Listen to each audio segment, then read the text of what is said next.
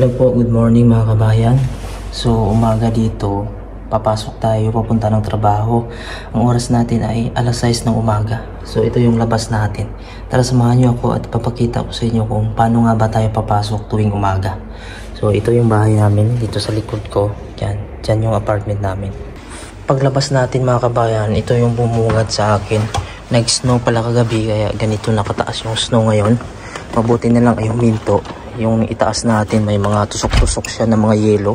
So ayan na yung snow. So yung mga snow pala dito gumagapang siya sa loob, lalo na pag hindi mo siya malinis. So ganito yung itsura mga kabayan. Ayan ang alas 6. Matagal na dito sisikat yung araw. Minsan walang araw na sumisikat. Yung sasakyan dyan puno na ng snow. Tambak na. So papunta tayo mga kabayan sa trabaho. So ito yung mangyayari kapag hindi mo nilinis yung harapan mo. May apartment kasi dito sa harap. Dito lang yung nilinis nila. Tataas ng tataas to dito. Ito kasi dito mayroong mga butas ito mga kabayan. Kaya nalalaglagan dyan.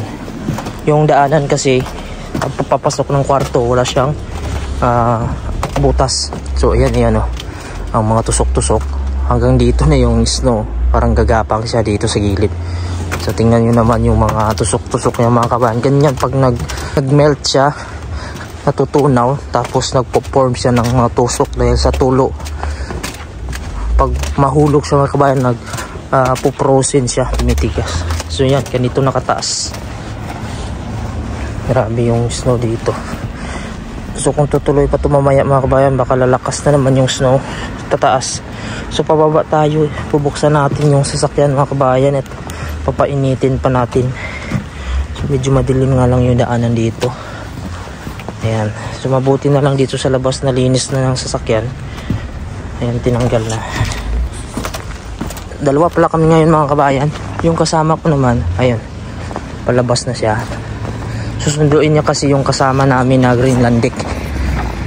So siya yung naka-assign na susunduin niya. Ayan yung tagalinis natin. Tapos ito yung sasakyan natin.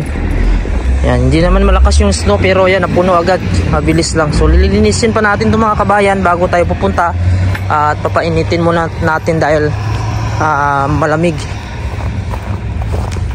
Ganyan yung sasakyan natin parang wala nang makitang salamin. Buksan muna natin. Tumitigas to paglakuan. Ayan, napasok na nga yung snow pagbukas natin. Pinandar ko muna mga kabayan para iinit siya. Tatanggalin muna natin itong snow. Sana hindi lang tumigas. So mas maganda ito mga kabayan pagka kuwan siya. Malambot yung snow, pwede mo lang walisin. Pero minsan may tumitigas, lalo na pag sobrang lamig. So medyo mahirap yun dahil kikiskisin mo pa. Mas maganda yung ganito lang, malambot lang siya Ayan. Kikiskisin mo lang siya mga kabayan, matatanggal na. Pero kadalasan dito yan Yan, sobrang lalim na yung snow. Lubog na yung kuwan natin sapatos. So ayan, tatanggalin lang natin dahil hindi naman siya nag-frozen.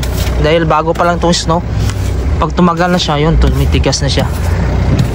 Ayan mga kabayan, nalinis na natin itong ating windshield. So medyo makikita na natin mga kabayan So tara, let's go, pupunta na tayo ng trabaho. Ayan mga kabayan, papunta na tayo ng trabaho.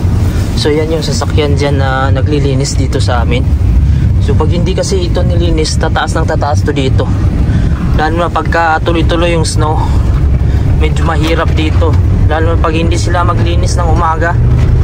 At saka ito yung problema dito mga kabayan sa daanan namin. Kapag sobrang lamig niya talaga, nag-iilo na to dito at madulas. So ito yung paligid natin at saka walang katao-tao. Walang may naglalakad. Umaga pa kasi mga kabayan, alas 6. Alas 6 kasi yung pasok namin. Malapit lang naman yung tinatrabahoan ko dito.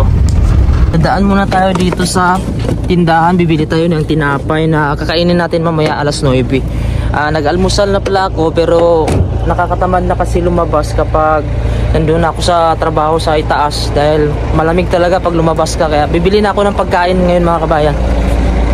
Ayan, dito tayo bumibili mga kabayan. Ito yung store dito, grocery store to dito, pero mayroong tindahan ng tinapay dito.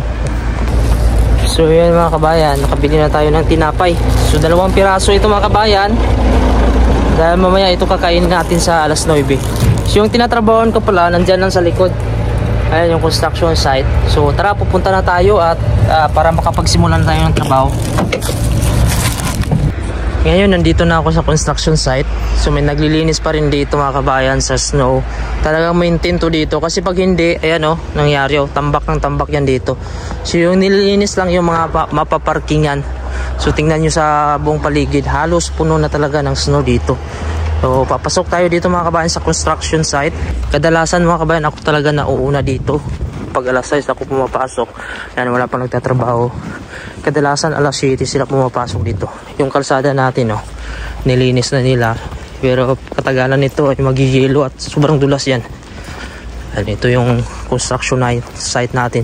Yung gilid na ito mga kabayan, tataas ng tataas to. Kasi yung gilinisin yung mga daan lang. So tingnan nyo mga materials dito, natambakan na ng tambakan. Ayan. So pasok tayo dito sa loob. So ito yung mga daanan dito mga kabayan, kaso sobrang kapal na dito.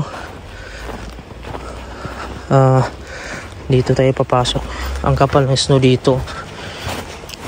Parang wala pa kasing tao ngayon mga kabayan. So tayo pa lang ata dito mauna. Tingnan natin kung wala pang pumasok mga kabayan. So ang kapal pala ng buhos ng snow kagabi dito.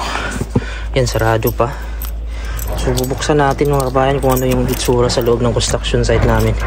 May susi naman tayo. Ayan. So ayan, ito yung loob ng construction site. Ayan, so dito sa loob mayroong heater naman dito. Ayan yung labas natin, talagang napakalamig. So yun lang mga kabayan, sana yung video ko ay nakapagbigay ng impormasyon sa inyo. Huwag nyo naman po kalimutan i-subscribe ang ating YouTube channel.